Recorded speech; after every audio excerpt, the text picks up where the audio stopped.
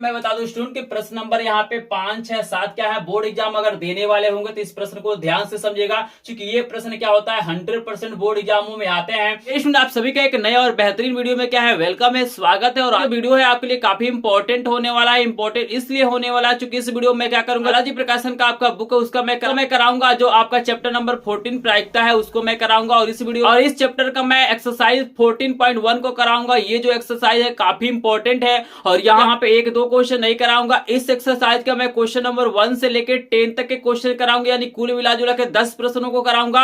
अगर आप बोर्ड देने वाले होंगे तो इस वीडियो को बिल्कुल ध्यान से देखिएगा, क्योंकि ये जो 10 प्रश्न है काफी इंपॉर्टेंट है और इनमें से कोई ना कोई प्रश्न क्या होता है बोर्ड एग्जामों में पूछा जाता है। और बिल्कुल आसान भाषा में बिल्कुल आसान तरीके से आपको बताऊंगा, पूरा प्रश्न आपको समझ में आएगा। करना कुछ नहीं है, बस वीडियो को बिल्कुल बिना स्किप किए हुए बिल्कुल ध्यान से देखना है। तो चलिए इस वीडियो को स्टार्ट करते हैं और बताते हैं प्रश्नों को हम लोग कैसे सॉल्व करते हैं। तो यहाँ पे देखिए आपको पहला प्रश्न दिखाई दे रहा है। पहला प्रश्न काफी इंपॉर्टेंट है। प्रश्न कह रहा है कि 2 सिक्के एक साथ उछाले जाते हैं तो अधिक से अधिक एक चीज प्राप्त होने की प्रायिकता। तो देखिए सबसे पहले आपको समझना पड़ेगा भाई प्रायिकता का फार्मूला क्या होता है। तो यहाँ पे मैं लिख देता हूं, ध्यान से देख लीजिएगा।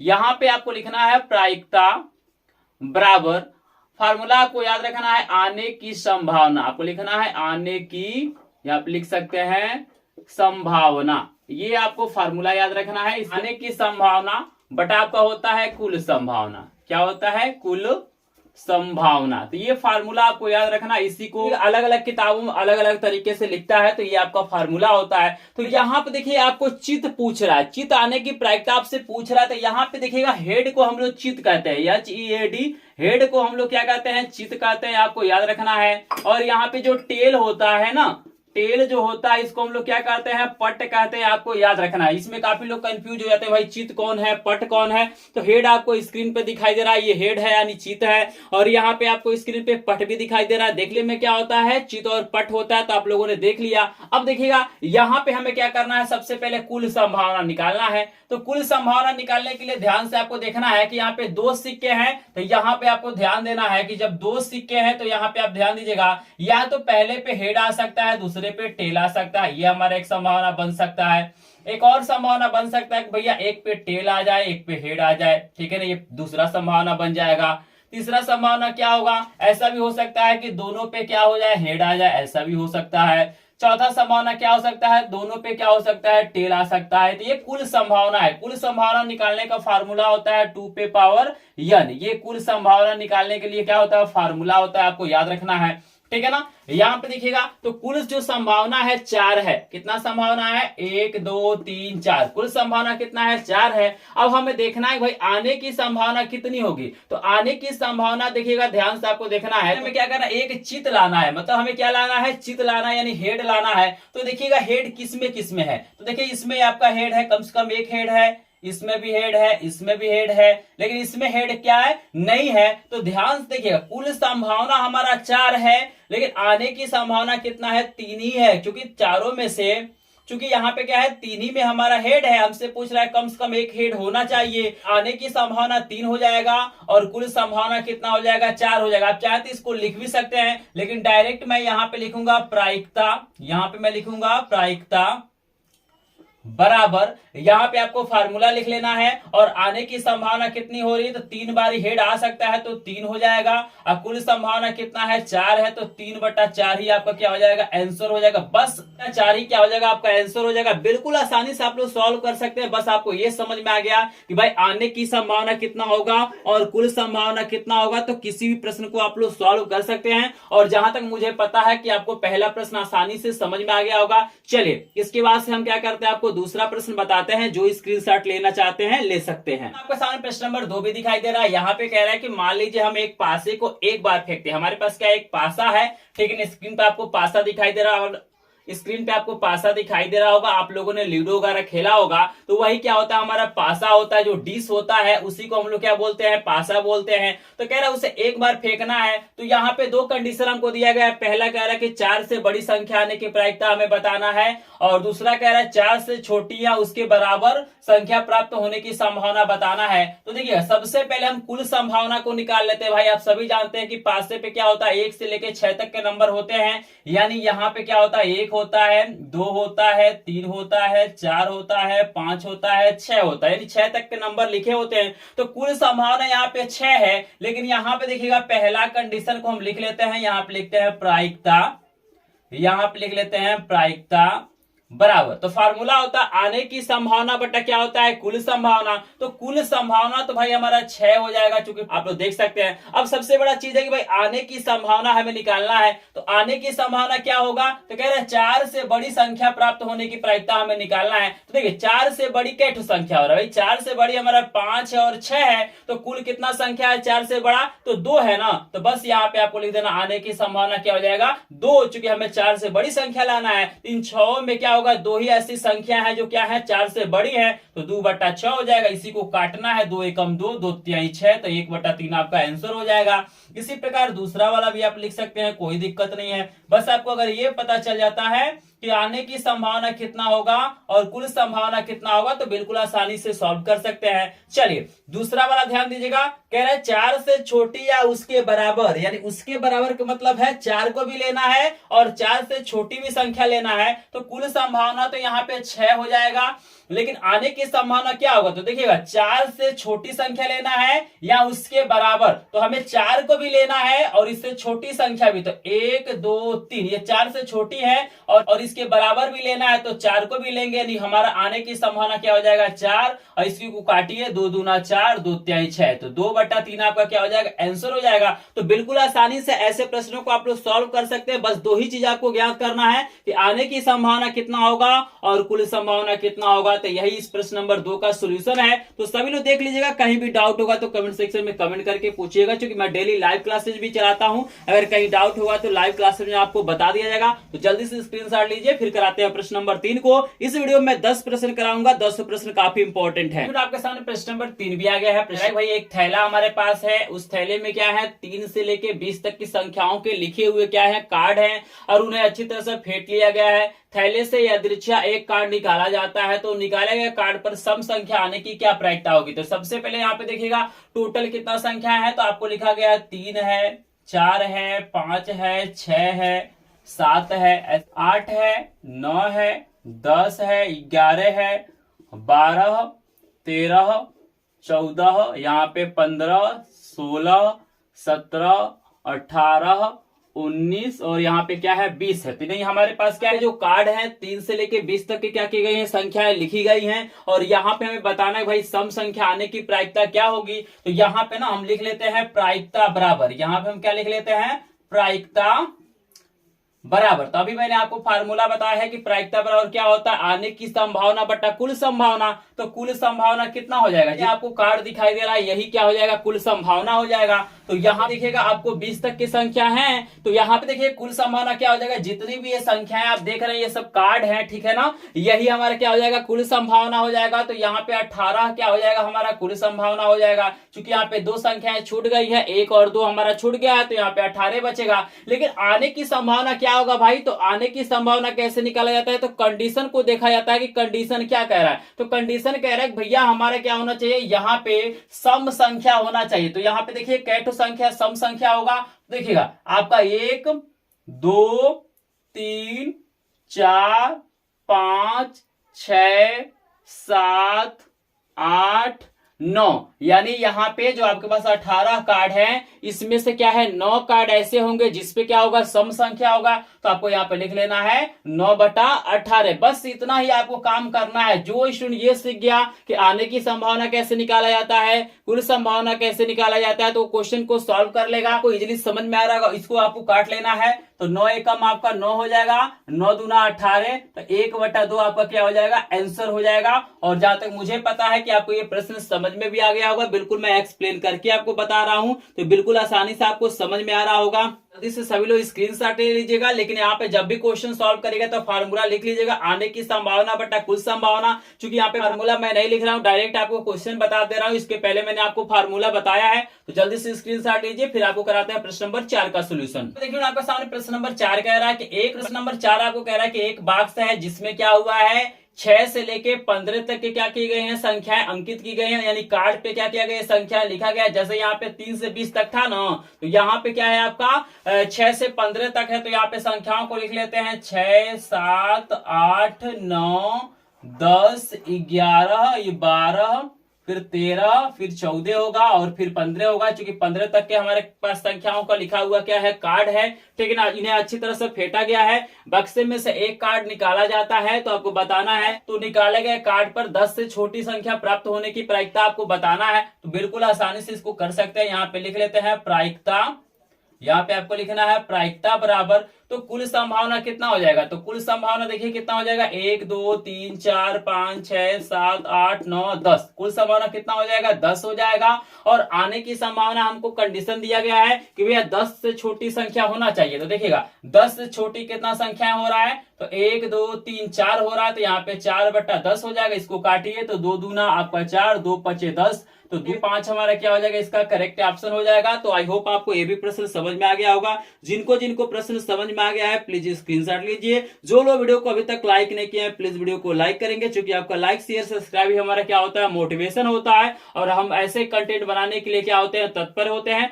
चलिए आपको कराते हैं अगला प्रश्न। यहाँ पे देखो आपके सामने प्रश्न नंबर 5 6 7 भी आ गया है, काफी इंपॉर्टेंट प्रश्न है। यहाँ पे 5 नंबर का जो प्रश्न है आपको कह रहा है कि पीई बराबर दिया गया है 0.05, तो कह रहा है कि ई नहीं की प्रायिकता आपको बताना है। तो बहुत आसान है, यानी दिया गया है किसी घटना के घटित होने की प्रायिकता आपका है 0.05, तो पूछ रहा है उस घटना के घटित नहीं होने की प्रायिकता आपको निकालना है। तो यहाँ पे आपको एक फार्मूला याद रखना है कि पीई प्लस आपका होता है पीई नॉट, यहाँ पे इसकी जो वैल्यू होता है 1 के बराबर होता है, यानी यहाँ पे P की वैल्यू आपको दिया है, तो यहाँ पे आपको इसकी वैल्यू लिख देना है 0.05 और प्लस इसकी वैल्यू आपको क्या करना है निकालना है। तो बिल्कुल आसानी से इसको हम लोग क्या कर सकते हैं पक्षांतर करके निकाल सकते हैं। तो ये प्लस है तो इधर जाएगा तो क्या हो जाएगा माइनस हो जाएगा, यानी P E यहाँ पे हो जाएगा नॉट, इसी को लिखा हुआ है नहीं, बराबर हो जाएगा 1 माइनस 0.05, और जब इसको आप लोग क्या करेंगे माइनस करेंगे तो आपको आएगा 0.95, तो यही क्या हो जाएगा इसका आंसर हो जाएगा। यानी आपको याद रखना है कि जब भी आपके सामने किसी घटना के घटित होने की प्रायिकता दिया हो और उस घटना के न घटित होने की प्रायिकता पूछे, तो आपको 1 में से क्या करना है उसको माइनस कर देना है, सिंपली आपका आंसर आ जाएगा। और जहां तक मुझे पता है कि आपको ये प्रश्न समझ में भी आ गया होगा, बस आपको ये सिंपल फार्मूला याद रखना है और यहाँ पे वैल्यू को पुट करेंगे, आंसर आपके सामने हो जाएगा। तो चलिए इसका स्क्रीनशॉट ले लीजिए, काफी इंपॉर्टेंट प्रश्न है। स्टूडेंट के प्रश्न नंबर यहाँ पे 5 6 7 क्या है, बोर्ड एग्जाम अगर देने वाले होंगे तो इस प्रश्न को ध्यान से समझिएगा, क्योंकि ये प्रश्न क्या होता है 100% बोर्ड एग्जामों में आते हैं। नहीं तो 5 आपसे पूछ लिया जाएगा, नहीं तो 6, नहीं तो 7। आप सभी जानते हैं कि यहाँ पे गेंद वगैरह पे आधारित, यहाँ पे ताश पे आधारित आपसे क्या होता है पासे पे आधारित क्या होते हैं प्रश्न आते हैं, और ये जो प्रश्न होता है एमसीक्यू में भी पूछा जाता है। तो ध्यान से इस प्रश्न को देखिए। अब कराते हैं आपको प्रश्न नंबर 6 का सोल्यूशन। देखिए ना, आपको 6 नंबर प्रश्न में कह रहा है कि भाई एक थैला है जिसमें क्या है 4 लाल और क्या है 6 काली गेंदें हैं। तो यहाँ पे लिख लेते हैं लाल, यहाँ पे लिख लेते हैं लाल गेंदें बराबर आपका कितना है 4 है, और यहाँ पे काली गेंदें कितना है, तो लिख लेते हैं काली गेंदें बराबर कितना है 6 है। कुल गेंदें कितना हो जाएगा, कुल गेंदे बराबर हो जाएगा 4 + 6 यानी क्या हो जाएगा 10 हो जाएगा। तो देखा टोटल जो गेंद है ना, यही आपका क्या होता है कुल संभावना होता है। जैसे आप सभी जानते हैं, अभी मैंने आपको बताया फार्मूला कि प्रायिकता यहाँ पे लिखना है, प्रायिकता बराबर फार्मूला होता है आने की संभावना बटा कुल संभावना। तो कुल संभावना क्या हो जाएगा 10 हो जाएगा। भाई हमारे पास एक थैला है और इस थैले में क्या है 4 लाल गेंदे हैं, आपके सामने 6 काली गेंदे हैं, तो उसमें से एक गेंद निकालेंगे तो लाल गेंदे भी आ सकता है, काली गेंदे भी आ सकता है। तो जो कुल संभावना होगा दोनों को जोड़ेंगे तो कुल संभावना आपका 10 हो जाएगा। लेकिन आने की संभावना क्या है, तो यहाँ पे कह रहा है कि भाई हमें क्या करना है काली गेंदे बताना है। तो यहाँ पे हमसे काली गेंदे आने की प्रायिकता पूछ रहा है, तो 10 में से जो काली गेंदे कितना आएंगी 6 ही ना आएंगी, क्योंकि हमारे पास 6 काली गेंदे हैं। तो आने की संभावना क्या हो जाएगा 6 हो जाएगा और कुल संभावना 10 हो जाएगा। इसी को काटिए तो यहाँ पे आपका हो जाएगा 2 3 6 2 5 10 यानी 3/5 क्या हो जाएगा इसका आंसर हो जाएगा। तो बिल्कुल आसानी से इसको आप लोग सॉल्व कर सकते हैं। अगर आपको कुछ फार्मूले पता है, कुछ चीजें अगर आप लोग समझ लेते हैं तो इन प्रश्नों को बिल्कुल आसानी से सॉल्व कर सकते हैं। और याद रखिएगा ये जो 6 नंबर का प्रश्न है, काफी इंपॉर्टेंट है। ऐसे प्रश्न आपके बोर्ड एग्जामों में भी आते हैं, तो बिल्कुल ध्यान से आपको देखना है। चलिए आपको कराते हैं प्रश्न नंबर 7 का सोल्यूशन। आपके सामने प्रश्न नंबर 7 दिखाई दे रहा है। प्रश्न नंबर 7 कह रहा है कि 52 पत्तों की अच्छी तरह से फेंटी हुई गड्डी से एक पत्ता या दृश्य निकाला जाता है, तो निकाले गए पत्ते का एक काला बासा होने की प्रायिकता। तो देखिए यहाँ पे तो स्पष्ट दे दिया है भैया, हमारे पास में क्या होते हैं 52 पत्ती होते हैं, तो कुल संभावना तो हमारा यहाँ पे 52 हो जाएगा। लेकिन सबसे बड़ा प्रश्न है भाई आने की संभावना क्या होगा, तो यहाँ पे कह रहा है भाई इन 52 पत्तियों में से हमें क्या करना है, एक काला बासा आने की प्रायिकता बताना है। तो यहाँ पे याद रखिएगा 52 पत्ती जो आपका होता है उसमें से क्या होता है, 4 क्या होते हैं, बादशाह होते हैं, जिसमें से क्या होता है 2 लाल होता है और 2 काला होता है। आपका क्या होता है, पान होता है और ईंट होता है। जाला में क्या होता है आपका, चिड़ी होता है और क्या होता है, हुकुम होता है। तो आपको स्क्रीन पे मैं चारों लगा देता हूं, देख सकते हैं 2 आपको लाल पत्ती दिखाई दे रहा है और 2 काला दिखाई दे रहा है। तो यहाँ पे कितना होगा, 2 ही होगा ना। तो 52 में से क्या होगा, 2 ही क्या हो सकता है हमारा, मतलब काला बादशाह आ सकता है। बस इसी को काटना है, तो यहाँ पे आपका 1 हो जाएगा, 2 से काटेंगे तो यहाँ पे 2 दूना 4 और 2 6 12 यानी 26। तो 1/26 आपका क्या हो जाएगा, आंसर हो जाएगा। तो यही प्रश्न नंबर 7 का सोल्यूशन है। आई होप आपको समझ में आ रहा होगा। जल्दी से स्क्रीनशॉट लीजिए, आपको कराते हैं नेक्स्ट प्रश्न। देखिए आपके सामने प्रश्न नंबर 8 ना 10 भी आ गया है, काफी इंपॉर्टेंट प्रश्न ये भी है। यहाँ पे 8वां प्रश्न आपको कह रहा है कि 2 मित्र हैं, ठीक है ना, वर्ष 2000 में जन्मे हैं, तो प्रायिकता ज्ञात कीजिए कि उनका जन्मदिन समान है। मतलब कहने का मतलब है कि हमसे पूछ रहा है कि भाई इसकी क्या प्रायिकता है कि दोनों का जो जन्मदिन होगा एक ही दिन पड़ेगा। तो यहाँ पे आपको चेक करना पड़ेगा कि जो सन 2000 है, यहाँ पे लिख लेते हैं सन हमको दिया गया है 2000। तो आपको चेक करना पड़ेगा कि जो सन 2000 है वो क्या है, लीप वर्ष है कि नहीं है। तो लीप वर्ष कैसे चेक किया जाता है, तो जो सन क्या होता है 4 से पूरी तरह से क्या होता है विभाजित हो जाता है, यानी जिसका शेषफल क्या होता है 0 आ जाता है, वो क्या होता है लीप वर्ष होता है।